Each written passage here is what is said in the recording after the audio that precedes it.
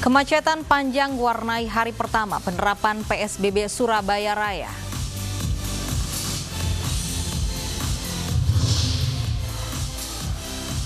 Untuk pertama kalinya, Rumah Sakit Darurat COVID-19 Wisma Atlet tangani pasien tunaganda. Lagi aparat desa keluhkan kebijakan bantuan sosial dari pemerintah pusat.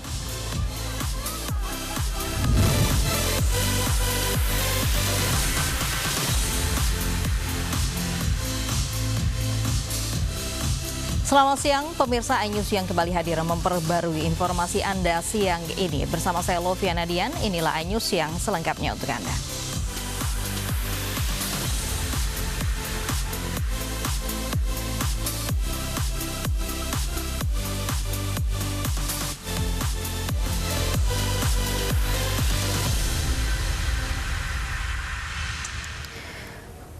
Seorang pengemis menangis histeris saat terjaring razia yang digelar petugas Satuan Polisi Pamong Praja Satpol PP di kawasan Pulau Gadung, Jakarta Timur pagi tadi. Jumlah juru parkir liar melarikan diri saat dirazia.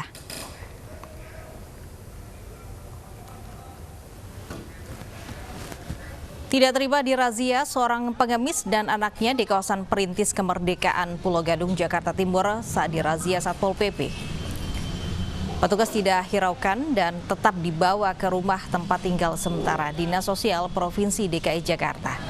Tak hanya pengemis, jumlah pemandu parkir liar atau yang kerap disapa Pak Ogah lari saat mengetahui ada razia petugas. Petugas mengamankan 2 orang manusia silver yang kerap meminta-minta kepada pengguna jalan.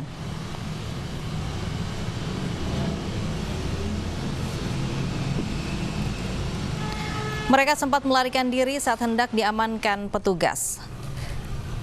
Mereka yang meresahkan masyarakat dibawa petugas ke Gor Ciracas, Jakarta Timur untuk mendapatkan tempat tinggal sementara.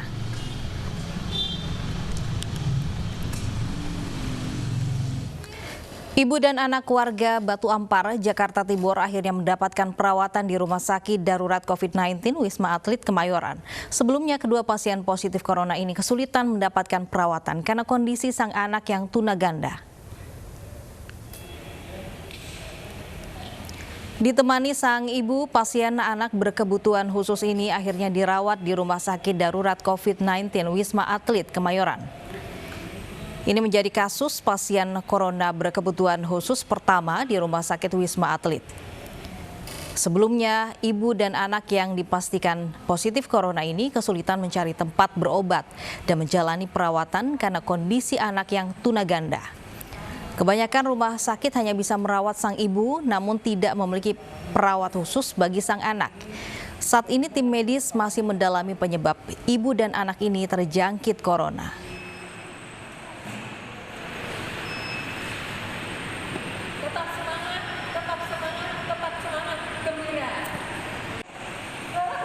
Pemirsa, pembatasan sosial berskala besar atau PSBB hari ini berlaku di kota Surabaya, Gresik, dan Sidoarjo.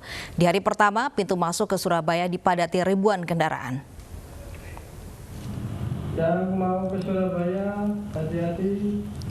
Video yang diambil warga hari pertama pembelakuan pembatasan sosial berskala besar atau PSBB di kawasan Bundaran Waru arah Surabaya dipadati ribuan kendaraan. Banyak pengendara motor yang berboncengan dan tidak mengenakan masker. Para pengendara yang melanggar aturan PSBB diminta petugas untuk berputar balik.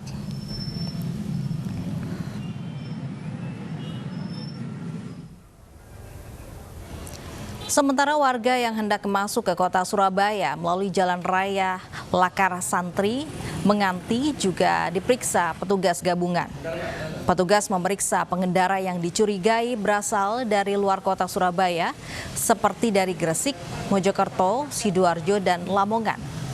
Selain pemeriksaan identitas, pengendara juga diperiksa suhu tubuhnya dan harus menunjukkan surat kerja dari perusahaan. Selain itu, petugas dari Linmas Kota Surabaya juga melakukan penyemprotan disinfektan untuk mencegah penyebaran COVID-19.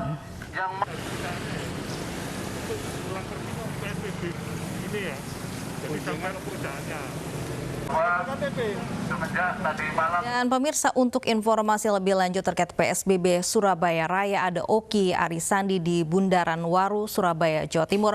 Oki, hingga siang ini bagaimana situasi PSBB Surabaya Raya di hari pertama? Baik, selamat siang Lovi dan pemirsa. Hari pertama pemberlakuan pembatasan sosial berskala besar atau PSBB di Surabaya Raya, khususnya di kota Surabaya, siang ini sudah terpantau cukup lengang, berbeda dengan pagi tadi yang dipadati oleh ribuan pengendara. Di sini dibagi menjadi 3 ruas jalan. Ruas jalan di sebelah kiri saya adalah khusus untuk para pengendara roda 2 bernomor polisi L dan W yang diperkenankan untuk masuk ke kota Surabaya. Sementara bagi mereka yang berboncengan akan diperiksa oleh petugas apakah mereka satu alamat atau tidak. Sementara untuk ruas jalan di tengah diperuntukkan bagi pengendara roda 2 yang bernomor polisi selain L dan W. L itu adalah Surabaya dan W adalah Sidoarjo. Sehingga para pengendara yang berplat nomor polisi selain L dan W, mereka akan diperiksa terlebih dahulu apa kepentingan mereka masuk ke kota Surabaya. Tentunya dengan dibuktikan melalui surat kerja yang dikeluarkan oleh masing-masing perusahaan. Sementara di paling sebelah kiri saya adalah ruas jalan yang diperuntukkan bagi pengendara roda 4 yang juga akan diperiksa oleh petugas.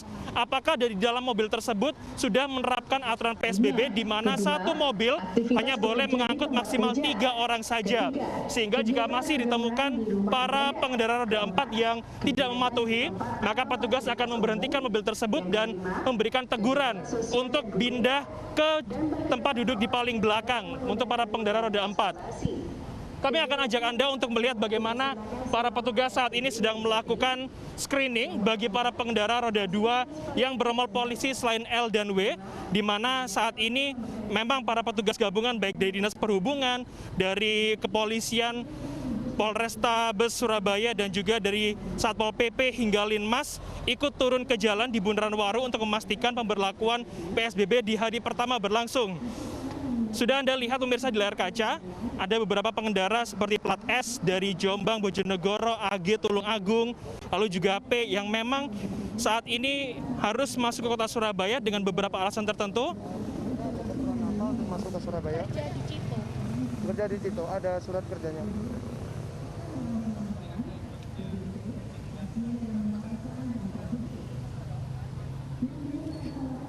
Baik, saat ini terlihat bahwa ada satu pengendara yang membawa kendaraan bernomor polisi P, namun bekerja di kota Surabaya. Beliau akan diperkenankan untuk masuk ke kota Surabaya, namun dengan syarat bisa menunjukkan surat tugas dari instansi perusahaan tempat dia bekerja. Jika memang para pengendara selain plat L dan W tidak bisa menunjukkan surat tugas kerjanya, maka mereka akan diminta untuk putar balik dan tidak diperbolehkan masuk ke kota Surabaya. Lebih lanjut memang kami sampaikan pemirsa bahwa di hari pertama hingga siang hari ini masih ditemukan beberapa pelanggaran seperti adanya masyarakat yang tidak membawa surat tugas, lalu juga masuk ke kota Surabaya tanpa kepentingan tertentu, bahkan hingga ada yang berboncengan dengan berbeda alamat, dan hal itulah yang membuat para petugas kepolisian hingga hari ini selama 3 hari ke depan akan terus melakukan sosialisasi secara besar-besaran agar masyarakat mengetahui secara betul bagaimana aturan PSBB ini berlangsung selama 14 hari ke depan hingga tanggal 11 Mei 2020. Dan diharapkan pada hari keempat pelaksanaan PSBB, masyarakat sudah mulai tertib dan mematuhi aturan PSBB sehingga PSBB yang ditujukan untuk menekan angka penyebaran COVID-19 di Surabaya Raya ini bisa mendukung program pemerintah untuk menghapus virus corona terkhusus di kota Surabaya, Kabupaten Sidoarjo dan juga Kabupaten Gresik yang menjadi 3 wilayah dengan angka positif tertinggi di Jawa Timur. Dan kami dapat informasikan pemirsa bahwa memang pemberlakuan arus lalu lintas secara terpisah ini baru saja dilakukan modifikasi karena pagi tadi hanya dilakukan penggunaan 2 ruas jalan saja sehingga kemacetan panjang tidak bisa dielakkan.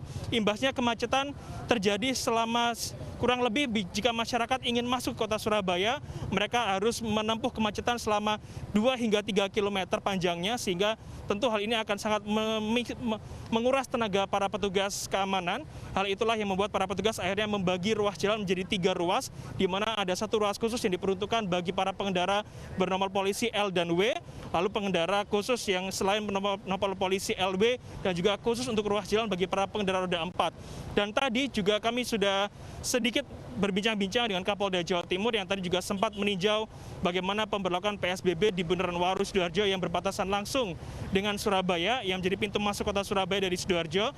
Memang masih ditemukan banyak pelanggaran sehingga Kapolda menghimbau kepada masyarakat untuk bisa mengakses informasi sebanyak-banyaknya dan lebih mengetahui lagi bagaimana aturan PSBB ini bisa berlangsung dengan tertib dan juga nyaman bagi para pengendara. Lovi, saya kembalikan ke Anda di studio. Baik, terima kasih Oki Arisandi melaporkan langsung dari Surabaya, Jawa Timur. Hari pertama diberlakukan PSBB di kota Sidoarjo, Jawa Timur, suasana jalan protokol terlihat normal. Pada pelaksanaan PSBB di hari pertama ini, banyak ditemukan pengendara motor yang masih berboncengan.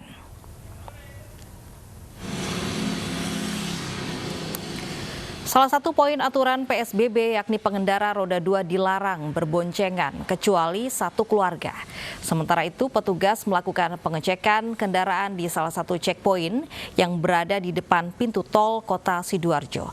Dari hasil pemeriksaan checkpoint pada Selasa pagi ini masih dipenuhi warga luar kota yang bekerja di kota Sidoarjo. Selain di Kabupaten Sidoarjo, PSBB juga diberlakukan serentak, yakni di Kabupaten Gresik dan Kota Surabaya. PSBB dilakukan mulai hari ini hingga 4 hari ke depan.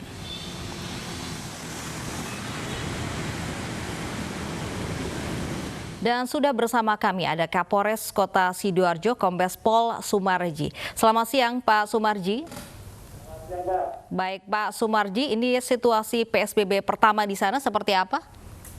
Alhamdulillah, untuk pemberlakuan PSBB di wilayah Kabupaten Sidoarjo berjalan normal, kondusif, dan alhamdulillah hari pertama tidak terjadi hal yang tidak kita inginkan.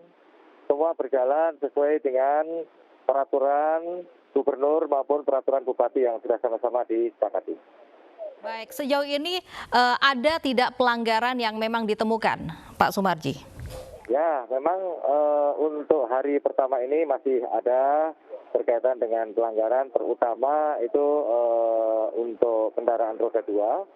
Masih ada beberapa di ruas-ruas atau titik-titik checkpoint yang sudah kami tempatkan, ada pengendara roda 2 yang masih berboncengan. Tetapi selalu kami himbau dan tentunya pemberlakuan hari pertama ini akan kami berlakukan untuk sementara tidak memberikan sanksi dulu hari pertama ini. Karena sesuai dengan ketentuan dan kesepakatan bersama sampai dengan tanggal 1 baru nanti kita berlakukan sanksi. Baik, selain memang ada pengendara yang berboncengan, apakah juga ditemukan masyarakat yang masih bandel tidak menggunakan masker, Pak Sumarji? Ya. Kebetulan kalau berkaitan dengan masker, kami memang menyiapkan di tiap-tiap titik checkpoint poin itu kami siapkan masker apabila masyarakat tidak menggunakan masker. Tetapi nanti setelah tanggal 1, maka kewajiban masyarakat itu wajib menggunakan masker. Tetapi dari evaluasi yang sudah berjalan, hampir rata-rata 98% masyarakat ini sudah menggunakan masker. Hanya beberapa saja yang belum taat himbauan yang sudah kami sampaikan sejak pemberlakuan darurat COVID ini. Baik, untuk pola arus lalu lintas yang masuk ke kota Sidoarjo, pembatasannya seperti apa, Pak Sumarji? Ya, kami melakukan pembatasan. Yang pertama untuk tiap-tiap checkpoint ya, di pos-pos checkpoint kami menghentikan lalu lintas kendaraan dan orang. Yang pertama itu kita cek dulu kaitannya dengan protokol kesehatan. Mulai dari cek suhu badan, lantas penggunaan masker, dan yang ada kaitannya dengan protokol kesehatan. Manakala dari yang kita cek, contoh misalkan suhu badan tinggi di atas 38 derajat, maka langsung kami minggirkan, langsung kami arahkan untuk dibawa ke rumah sakit terdekat yang ada di Sidoarjo. SOP-nya sudah jelas karena di setiap check post point yang ada di tempat kami itu ada dinas kesehatan, ada TNI Polri, Disub, Satpol PP semuanya lengkap ada di sini, termasuk LSM-LSM yang bergerak di bidang sosial yang berada di wilayah Kabupaten Sidoarjo. Baik, terima kasih Kombes Pol Sumarji Kapolres Kota Sidoarjo sudah bergabung bersama kami di iNews Siang. Jalan arteri Kalimalang masih diramaikan oleh jumlah kendaraan pemudik. Informasinya akan kami hadirkan usai jeda.